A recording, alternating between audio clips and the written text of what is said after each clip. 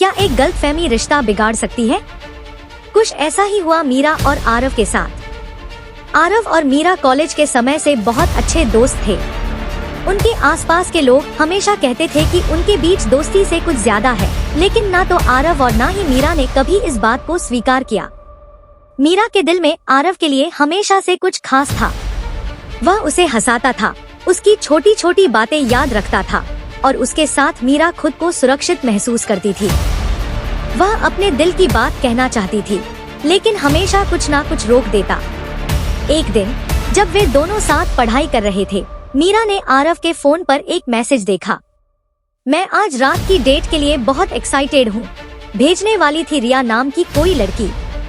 मीरा एकदम चौंक गई, जैसे किसी ने उसके पैरों के नीचे से जमीन खींच ली हो।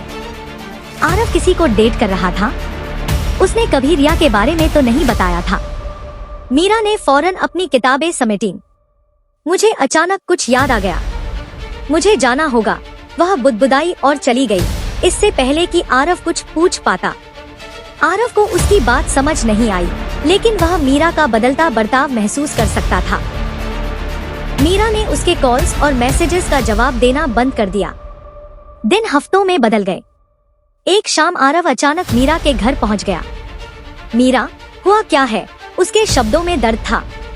मीरा ने दबे हुए गुस्से और दुख के साथ पूछा, रिया के बारे में क्यों नहीं बताया? आरव चौंका। रिया?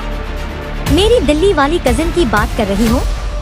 वह सिर्फ एक दिन के लिए आई थी और मैं उसे डिनर पर ले गया था। उसी डेट की बात कर रही थी वो। सच में मीरा? मीरा शर्म से लाल हो गई। कजिन? आरव हल्के से मुस्कुराया। तुमने सोचा मैं उसे डेट कर रहा हूँ?